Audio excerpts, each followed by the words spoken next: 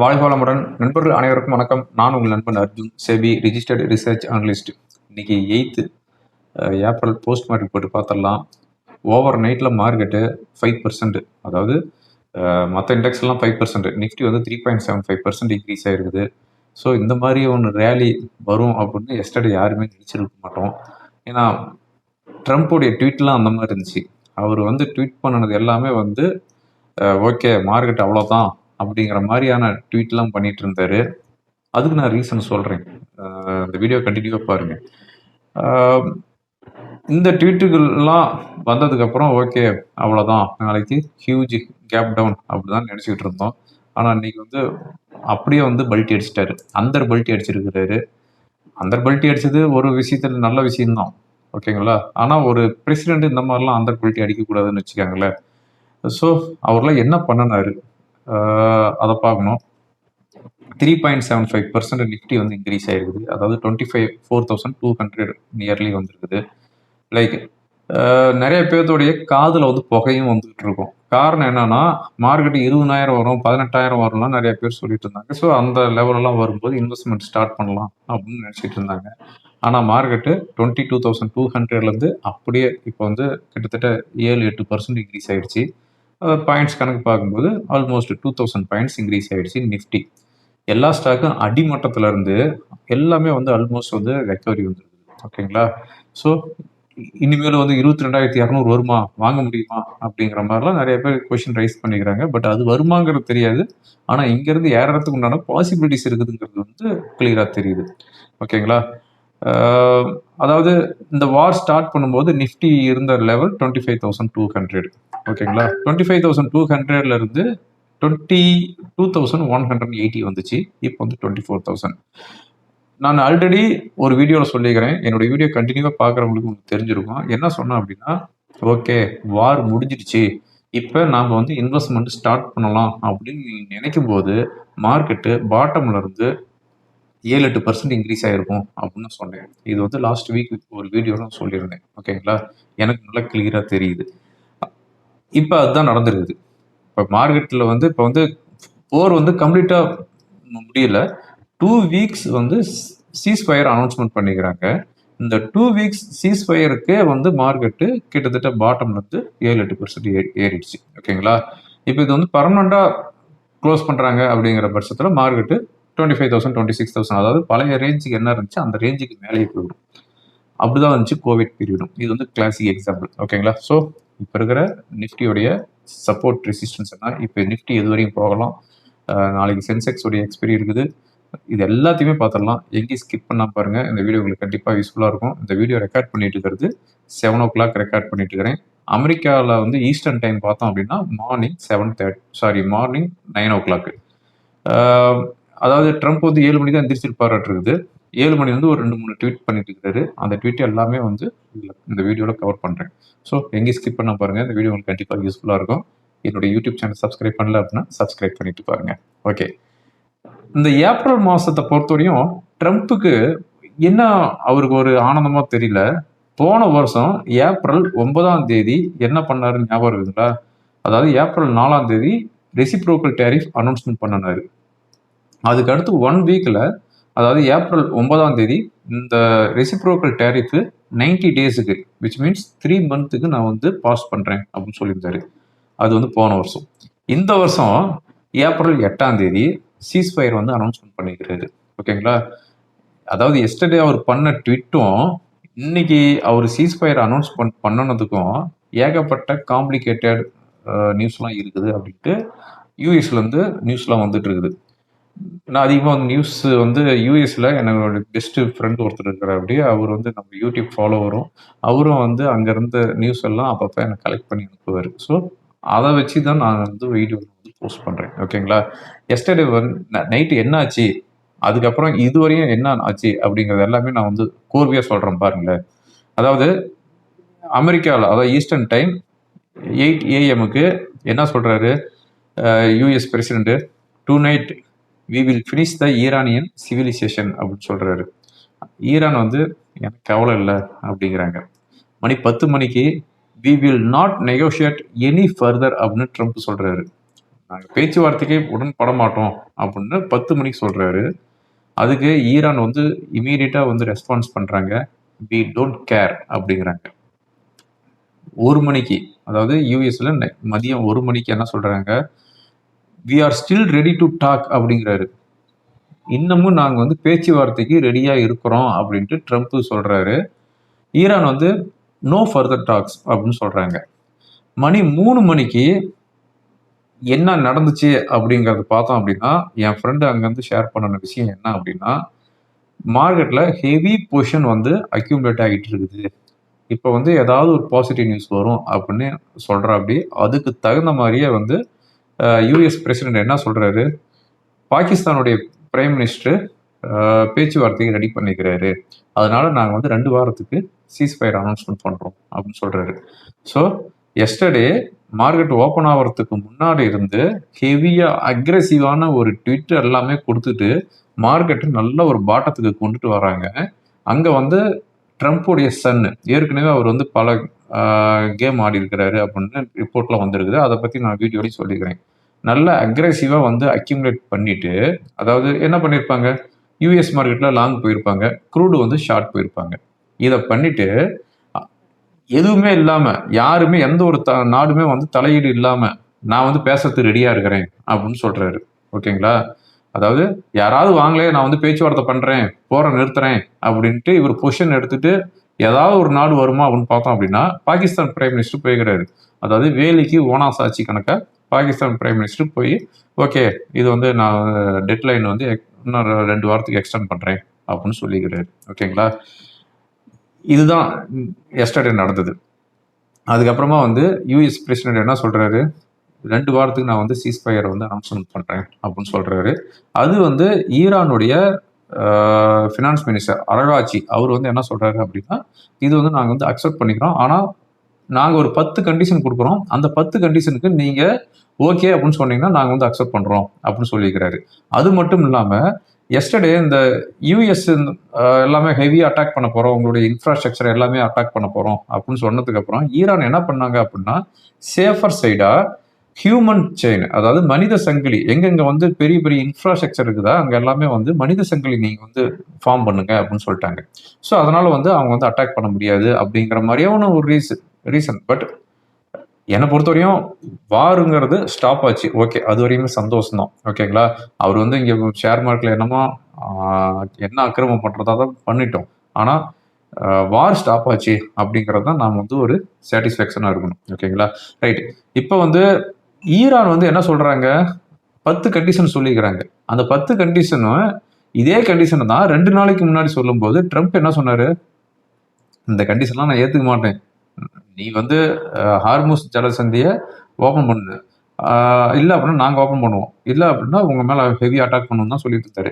ஆனால் இப்போ வந்து அந்த 10 கண்டிஷன் 2 நாளைக்கு முன்னாடி கொடுத்த அதே 10 கண்டிஷனுக்கு இப்போ வந்து என்ன சொல்கிறாரு, இது வந்து ரீசனபிள் கண்டிஷன் அப்படிங்கிறாரு ட்ரம்ப். ஓகேங்களா? அந்த 10 கண்டிஷன் கொஞ்சம் ஃபாஸ்ட்டாக சொல்லிடுறேன் பாருங்க.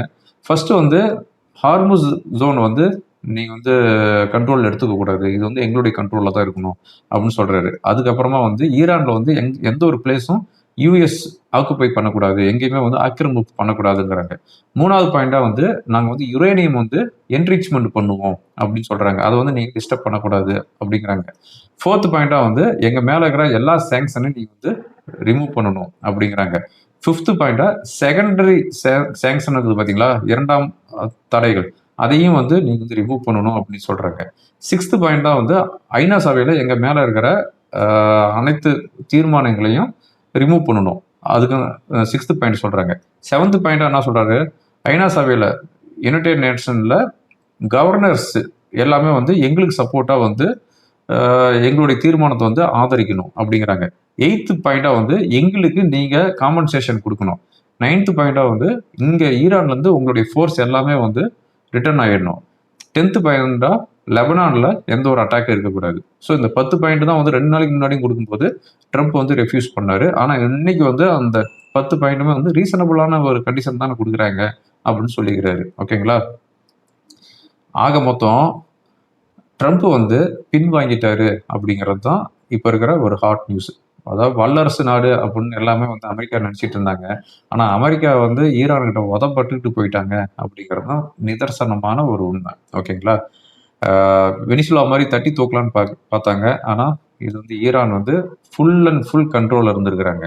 அங்க வந்து ஏற்கனவே இருந்த தலைவரை வந்து அவங்க கொலை பண்ணாங்க. அதுக்கப்புறம் இன்னொரு தலைவர் வந்து இன்னமும் பவர்ஃபுல்லா ஈரானை வந்து வழிநடத்தி இருக்கிறாருன்னு வச்சுக்கோங்களேன். இப்போ வந்து என்னன்னா, இந்த நாள யாருக்கு பெனிஃபிட்? யுஎஸ்க்கு பெனிஃபிட்டா? ஈரானுக்கு பெனிஃபிட்டான்னு பார்த்தோம் அப்படின்னா, ஈரானுக்கு டபுள் பெனிஃபிட் அப்படின்ட்டு நியூஸ் எல்லாம் வருது. என்ன சொல்றாங்க அப்படின்னு பார்த்தோம் அப்படின்னா, அ இதுக்கு முன்னாடி ஈரான்ல இருந்து வர்ற ஷிப்புக்கு எல்லாமே வந்து அவங்க வந்து சார்ஜஸ் வந்து கலெக்ட் பண்ண கிடையாது. இப்போ வந்து $2 மில்லியன் வந்து கலெக்ட் பண்றாங்க அப்படின்னு சொல்றாங்க. அது மட்டும் இல்லாம போருக்கு முன்னாடி ஈரான் மேல நிறைய வந்து சாங்ஷன் இருந்துச்சு. இப்போ வந்து சாங்ஷன் இல்ல அப்படிங்கிறாங்க. அதே மாதிரி போருக்கு முன்னாடி கல்ஃப் கண்ட்ரிகள் எல்லாமே வந்து யுஎஸ் உடைய ஏர் ஸ்பேஸ் இருந்துச்சு. இப்போ வந்து அந்த ஏர் ஸ்பேஸ் எல்லாமே வந்து ஈரானை வந்து அட்டாக் பண்ணிட்டாங்க. அதே மாதிரி போருக்கு முன்னாடி அமெரிக்காவுடைய நேச்சுரல் கேஸ் வந்து $4 இருந்துச்சு. இன்னைக்கு வந்து 50% இன்க்ரீஸ் ஆயிருக்குது. ஓகேங்களா? ஸோ இதனால வந்து அமெரிக்காவுக்கு தான் லாஸு, ஈரானுக்கு பெனிஃபிட் தான் அப்படின்னு சொல்றாங்க. ஈரான் கூட சேர்ந்து இன்னொரு நாடும் பெனிஃபிட் அடைஞ்சிருக்குது. அது யாரு அப்படின்னு பார்த்தோம்னா ரஷ்யா. ஏன்னா இப்போ இந்த ஈரான் போர் ஸ்டார்ட் பண்ணதுனால க்ரூட் பிரைஸ்லாம் இன்க்ரீஸ் ஆச்சு. இதை வந்து இதை காரணமா காட்டி ரஷ்யாவும் வந்து க்ரூட் பிரைஸை வந்து இன்க்ரீஸ் பண்ணிட்டாங்க. ஓகேங்களா? இதனால ரஷ்யாவுக்கு $20 பில்லியன் அடிஷனலா இன்கம் வருது. ஈரானுக்கு $100 பில்லியன் அடிஷனலான இன்கம் வருது அப்படிங்கிற மாதிரியான நியூஸ் எல்லாம் வந்துட்டு இருக்குது. ஓகேங்களா? ரைட். இது வந்து எஸ்டர்டே சீஸ்ஃபயர் அனௌன்ஸ்மெண்ட் பண்ண வரையும். இந்த சீஸ்ஃபயர் அனௌன்ஸ்மெண்ட் பண்ணி கிட்டத்தட்ட ஒரு 3 மணி நேரம் கழிச்சு என்ன ஆயிருக்குது அப்படின்னா, சவுதி அரேபியாவில் இருக்கிற ஈஸ்ட் வெஸ்ட் ஆயில் பைப்லைனை ஈரானுடைய ட்ரோன் வந்து அட்டாக் பண்ணியிருக்குது. இது வந்து 7 மில்லியன் பேரல்ஸ் பெர் டேக்கு வந்து க்ரூடு வந்து சப்ளை பண்ற ஜோனு. இது வந்து ஈரான் அட்டாக் பண்ணியிருக்கிறாங்க, ட்ரோன் அட்டாக் பண்ணியிருக்கிறாங்க அப்படிங்கிற மாதிரியான நியூஸ் வந்து இப்போ ஹாட் நியூஸாக வந்துட்டு இருக்குது. இதனுடைய டேமேஜ் எவ்வளவு அப்படிங்கிறது கிளியரா தெரியல அப்படின்னு நியூஸ் வந்துட்டு இருக்குது. அதுக்கு அடுத்ததான் வந்து ட்ரம்ப் மார்னிங் எந்திரிச்ச உடனே என்ன மெசேஜ் பண்ணியிருக்கிறாரு அப்படின்னா, ஈரானுக்கு யாராவது மிலிட்ரி வெப்பன்ஸ் கொடுத்தீங்க அப்படின்னா அவங்களுக்கு வந்து 50% டேரிஃப் அப்படின்னு ஆரம்பிச்சுக்கிட்டாரு. அதுக்கு அடுத்ததா வந்து ட்ரம்ப் என்ன சொல்லிக்கிறாரு, யுரேனியம் என்ரிச்மெண்ட் பண்ண மாட்டாங்கன்னு நான் நம்புறேன் அப்படின்னு சொல்லிக்கிறாரு. அது மட்டும் இல்லாமல் ஈரான் கூட ட்ரேட் டீல் பற்றி நாங்கள் டேரிஃப் பற்றி நாங்கள் வந்து பேச்சுவார்த்தை நடத்துகிறோம் அப்படின்னு சொல்லிக்கிறாரு. ஓகேங்களா? இதெல்லாம் வந்து காலையில் எழுந்திரிச்சு ஒவ்வொரு ட்வீட்டாக பண்ணிட்டு இருக்கிறாரு. அதுக்கு அடுத்ததாக என்ன சொல்கிறாரு அப்படின்னா, ஹார்மு ஜோனில் வந்து டிராஃபிக் ஆயிடுச்சு, அதாவது ஷிப்ஸ்லாம் வந்து டிராஃபிக் ஆயிடுச்சு, அதை வந்து கிளியர் பண்ணுறதுக்கு அமெரிக்கா ஹெல்ப் பண்ணோம் ஈரானுக்கு. மிடில் ஈஸ்ட் கண்ட்ரிங்களுக்கு இது வந்து ஒரு பொற்காலம் அப்படின்னு மெசேஜ் கொடுத்துருக்குறாரு. ஓகேங்களா? இதுதான் இப்போ வரையும் வந்திருக்கிற மெசேஜ். ஓகே, இப்போ அவர் தான் பொசிஷன் க்ரூடு ஸ்டார்ட் அடிச்சிட்டாரு. கிட்டத்தட்ட 20% இறங்கிடுச்சு. யூஎஸ் மார்க்கெட் லாங் போயிட்டாரு. இப்போ யூஎஸ் மார்க்கெட் வந்து 3% ஹையில் இருக்குது. டோ ஜோன்ஸ் 1300 பாயிண்ட்ஸு, நாஸ்டாக் எவ்வளவு 3% ஹையில் இருக்குது. S&P 500 1% ஹையில் இருக்குது. அதாவது S&P 500 ஆல் டைம் ஹை வந்து பிரேக் பண்ணுறது இன்னும் 3% தான் இருக்குது. ஓகேங்களா? இன்னைக்கு மார்னிங் ஏசியன் மார்க்கெட் பார்த்தோம் அப்படின்னா ஜாப்பனீஸ் நிக்கி 5.5% இன்க்ரீஸ் ஆகிருக்குது. ஹேங்சங் இண்டெக்ஸ் 3%, ஷாங்காய் இண்டெக்ஸ் 3.5% ஹையில் வந்து க்ளோஸ் ஆகுது. நம்ம கிஃப்ட் நிஃப்டி 800 பாயிண்ட் ஹையில் இண்டிகேட் பண்ணிட்டு இருந்துச்சு. ஓப்பன் ஆனது 750 பாயிண்ட் ஹையில் ஓப்பன் ஆச்சுன்னு வச்சுங்களேன். 23,815 வந்து 24,000 போச்சு. ஒரு சூப்பரான ரேலின்னு தான் சொல்லணும் மார்க்கெட்டை பொறுத்தவரையும். இந்த ரீசெண்ட் டேஸில் இந்த மாதிரியான ஒரு ரேலி வர கிடையாது. நான் வந்து லாஸ்ட் ஃப்ரைடே ஆர் தேர்ஸ்டே அன்னைக்கு ஒரு மெசேஜ் வந்து நான் வந்து போஸ்ட் பண்ணியிருந்தேன். அதாவது 22,300 400 ட்ரேட் ஆகிட்டு இருக்கும்போது நிஃப்டி 2 நாளாக 22,200 சஸ்டெயின் ஆகிட்டு இருக்குது. அந்த இடத்துல சப்போர்ட் எடுத்துகிட்டு இருக்குது. அது மட்டும் இல்லாமல் 2025 உடைய லோ வந்து 21,750. ஸோ இந்த ஜோன் வந்து ரொம்பவும் ஸ்ட்ராங் சப்போர்ட் ஜோனு. அதனால டெலிவரி வாங்குறவங்களாம் வாங்கிக்காங்க அப்படின்னு என்னுடைய ஃப்ரீ டெலிகிராம் சேனலையும் நான் வந்து போஸ்ட் பண்ணியிருந்தேன். இப்போ வந்து மார்க்கெட்டு ஒரு ஷார்ப் பவுன்ஸ் பேக் வந்துருக்குது. நியர்லி 7 to 8% இன்க்ரீஸ் ஆயிருக்குது. இன்னைக்கு வந்து சென்செக்ஸு 3.95% ஹையில் க்ளோஸ் ஆகிடுது. 77,562. நிஃப்டி 873 பாயிண்ட்ஸு, அதாவது 3.78% ஹையில் க்ளோஸ் ஆகுது. 23,997 செட்டில் ஆகுது. இன்னைக்கு மார்க்கெட் கேபிட்டலைசேஷன் பொறுத்தவரைக்கும் இன்னைக்கு 16 லட்சம் கோடி வந்து இன்க்ரீஸ் ஆகிருக்குது. அதுக்கு அடுத்ததான் வந்து பார்த்தோம் அப்படின்னா எல்லா செக்டாருமே வந்து ஹைல தான் க்ளோஸ் ஆகுது. ஐடி செக்டார் மட்டும் கொஞ்சம் அடி வாங்குச்சு ஓப்பனிங், பட் அதுவும் வந்து ரெக்கவரி ஆயிடுச்சுன்னு வச்சுக்கோங்களேன். மெயினாக ஆட்டோ அண்ட் ரியாலிட்டி 6% ஈச் ஹைல க்ளோஸ் ஆகுது. Oil and gas, telecom, infra, PSU bank, private bank எல்லாம் 3 to 5% இன்க்ரீஸ் ஆயிருக்குது. ஓகேங்களா. இன்னைக்கு மிட் அண்ட் ஸ்மால் கேப் பொறுத்தவரைக்கும் 4 to 5% இன்க்ரீஸ் ஆயிருக்குது. ஓகே, போஸ்ட் மாதிரி ரிப்போர்ட்டு. முக்கியமான நியூஸ் அப்படின்னு பார்த்தோம் அப்படின்னா ருப்பி 92.58ல செட்டில் ஆயிருக்குது. இந்த ருப்பி தான் வந்து ரொம்ப அப்ரிசியேட்டே ஆக மாட்டேங்குது, ரொம்ப ஸ்லோவாக அப்ரிசியேட் ஆகிட்டு இருக்குதுன்னு வச்சுக்கோங்களேன். அதுக்கடுத்து பார்த்தோம் அப்படின்னா இந்தியன் கவர்மெண்ட்டு ஈரானில் இருக்கிற இந்தியன்ஸுக்கு ஒரு நோட்டீஸ் கொடுத்துருக்குறாங்க. நீங்கள் ஈரான்லேருந்து இமீடியட்டாக எக்ஸிட் ஆகிடுங்க அப்படிங்கிற மாதிரி ஒரு நோட்டீஸ் அனுப்பியிருக்கிறாங்க. ஓகேங்களா. ஓகே, அதுக்கடுத்து பார்த்தோம் அப்படின்னா அமெரிக்காவுடைய SEC, அதாவது செக்யூரிட்டிஸ் எக்ஸ்சேஞ்ச் கமிஷன், அதானிக்கு அகேன்ஸ்டாக வந்து கேஸ் வந்து ஃபைல் பண்ணியிருந்தாங்க. அந்த கேஸ் ஃபைல் பண்ணினதை வந்து கேன்சல் பண்ணணும் அப்படின்ட்டு அதானி வந்து ஒரு டிமாண்டு கொடுத்துருக்கிறாரு. அது வந்து அங்கே இருக்கிற கோர்ட் வந்து அக்செப்ட் பண்ணியிருக்கிறாங்க. ஓகேங்களா. எஃப்ஐஸ் இன்னைக்கு வந்து 2811 crore செல் பண்ணிக்கிறாங்க. டொமஸ்டிக் 4168 crore வந்து பை பண்ணிக்கிறாங்க. டைட்டன் இன்னைக்கு வந்து ரெக்கார்ட் ஹை, அதாவது மார்க்கெட் வந்து இன்னைக்கு லைக் 24,000 தான் இருக்குது. என்ன அது ஆல் டைம் ஹை பிரேக் பண்ணுறதுக்கு 7-8% இருக்குது. ஆனால் டைட்டன் வந்து ரெக்கார்டு ஹை வந்துருக்குது. இப்போ நான் 2 நாளைக்கு முன்னாடி ஒரு வீடியோவில் சொல்லியிருந்தேன், மார்க்கெட்டு இறங்கியும் ஸ்ட்ராங்காக நிறைய ஸ்டாக் இருக்குது அப்படின்னு சொல்லியிருந்தேன். அந்த ஸ்டாக்ல வந்து டைட்டனும் வந்துச்சு, பாம்பே ஸ்டாக் எக்ஸ்சேஞ்ச் சொல்லியிருந்தேன். இன்னைக்கு வந்து நியர்பை ஆல் டைம் ஹை வந்துச்சு, அதாவது 3200 வந்துச்சு. ஸோ இது இன்னமும் வந்து ஒரு நல்ல ரேலி வர்றதுக்குனால வாய்ப்பு இருக்குதுன்னு வச்சுக்காங்களேன். அதுக்கடுத்து வந்து எல்என்டி. இந்த எல்என்டி பொறுத்தவரையும் இவங்களுடைய மேஜர் ஆர்டர் வந்து மிடில் ஈஸ்ட் கண்ட்ரி தான். அப்படிங்கும்போது அங்கெல்லாம் வந்து ப்ராப்ளம் வந்ததுனால இது வந்து டெய்லி 7%, 8% இறங்கிட்டு இருந்துச்சு. 4500 இருந்த ஸ்டாக்கு 3300 வந்துச்சு. ஸோ 3400 ரெக்கமெண்டேஷன் கொடுத்தது இப்போ 4-5 நாளைக்கு முன்னாடி. இன்னைக்கு ஒரு sharp bounce back nearly 4000 rupees வந்துருச்சு. ஓகேங்களா. அதாவது இன்னைக்கு பொறுத்தவரையும் என்னுடைய போர்ட்ஃபோலியோ கிட்டத்தட்ட 4.95% இன்க்ரீஸ் ஆயிருக்குது. நிஃப்டியோடைய ரிட்டர்ன்ஸ் இன்னைக்கு 3.75% தான். ஆனால் என்னுடைய போர்ட்ஃபோலியோ இன்னைக்கு 4.95% இன்க்ரீஸ் ஆயிருக்கு. ஓகேங்களா. ஸோ அந்த அளவுக்கு வேல்யூபிளான ஸ்டாக்லாம் வாங்கி வச்சிருக்கிறேன். நான் வாங்கி வச்சிருக்கிற ஸ்டாக் தான் வந்து மோஸ்ட்லி என்னுடைய கிளைண்ட்டுகளுக்கு ரெக்கமெண்ட் பண்ணிட்டு இருக்கிறேன். எல்என்டி, பாம்பே ஸ்டாக் எக்ஸ்சேஞ்ச் நிறைய ஸ்டாக் ரெக்கமெண்ட் பண்ணியிருக்கிறேன். இப்போ வந்து ஆஃபர் ரன்னிங்கில் இருக்குது, ஜாயின் பண்ணிக்காங்க. இன்னும் ஒரு 5-6 நாளில் வந்து க்ளோஸ் ஆகிடும். Okay, anyway crude price $94 per barrel இருக்குது. டாலர் இண்டெக்ஸ் 98.8 இருக்குது. 10 year பாண்ட் ஈல்டு 4.25 இருக்குது. கோல்டு இன்னைக்கு வந்து நியர்லி 1.5% இன்க்ரீஸ் ஆகுது, $4,780 வந்துருக்குது. ஓகேங்களா. இன்னைக்கு பொறுத்தவரையும் reserve bank of India interest rate decision announcement பண்ணாங்க. 5.25% தான் வந்து மெயின்டைன் பண்ணுறாங்க. கேஷ் ரிசர்வ் ரேஷியாவும் 3% தான் வந்து மெயின்டைன் பண்ணுறாங்க. இன்னைக்கு நைட் 11:30 PM யூஎஸ்ஏல இருக்கிற FOMC மினிட்ஸ் வருது. இது வந்து வெரி வெரி இம்பார்ட்டன்ட். இவங்களுடைய ப்ரொஜெக்ஷன் என்ன அப்படின்னு சொல்லுவாங்க. ஓகேங்களா. இதுதான் இப்போ இருக்கிற முக்கியமான டேட்டா. ஓவரால் மார்க்கெட் எப்படி இருக்குது அப்படின்னு பார்த்தா அப்படின்னா ஒரு ஷார்ப் பவுன்ஸ் பேக், வொலாட்டிலிட்டி கண்டிப்பாக இருக்கும். பட் இப்போல்லாம் இறங்கும் போது ஆட் பண்ண ஆரம்பிச்சுக்காங்க. இப்போ இருக்கிற இமீடியட் ரெசிஸ்டன்ஸ் 24,300. 24,300க்கு மேலே போச்சு அப்படின்னா இன்னமும் வந்து நல்ல ஏற்றம் இருக்கும். இப்போ இருக்கிற சப்போர்ட் அப்படின்னு பார்த்தோம் அப்படின்னா 23,500. ஓகேங்களா. இப்போ டெக்னிக்கலாக என்ன இண்டிகேட் பண்ணுது அப்படிங்கிறதையும் பார்த்துடலாம். பார்த்துட்டு இருக்கிறது சென்செக்ஸ் உடைய ஓப்பன் இன்ட்ரெஸ்ட் பார்த்துட்டு வரோம். ஓப்பன் இன்ட்ரெஸ்ட் எங்கேயும் சொல்லிக்கிற மாதிரி இல்லை, அதனால என்னோட ஃப்ரீ டெலிகிராம் சேனலை ஃபாலோ பண்ணிக்காங்க, உங்களுக்கு அப்டேட் பண்ணுறேன். இப்போ நான் பார்த்துட்டு இருக்கிறது நிஃப்டியோடைய 1 hour கேண்டில் பார்த்துட்டு இருக்கிறோம். ஓகேங்களா. ஸோ இப்போ இருக்கிற ரெசிஸ்டன்ஸ் இது எல்லாமே நான் வந்து ரிமூவ் பண்ணிடுறேன். இப்போ இருக்கிற ரெசிஸ்டன்ஸ் அப்படின்னு பார்த்தோம் அப்படின்னா 24,300. இந்த 24,300 என்னன்னா மார்ச் 9th and 10th வந்த ஹை. ஓகேங்களா. ஸோ இந்த 24,300ங்கிறது இப்போ இருக்கிற ரெசிஸ்டன்ஸ். இதுக்கு மேலே சஸ்டெயின் ஆகும் பட்சத்தில் 24,800 வரையும் போகிறதுக்குண்டான வாய்ப்பு இருக்குது. இப்போ சப்போர்ட் அப்படின்னு பார்த்தோம் அப்படின்னா 23,830 இன்னைக்கு வந்து லோ தான் சொல்லணும். இந்த லோ பிரேக் பண்ணிச்சு அப்படின்னா இந்த கேப் வந்து ஃபில் பண்ணுமா அப்படிங்கிறது தான் வந்து கொஷின் மார்க். ஓகேங்களா.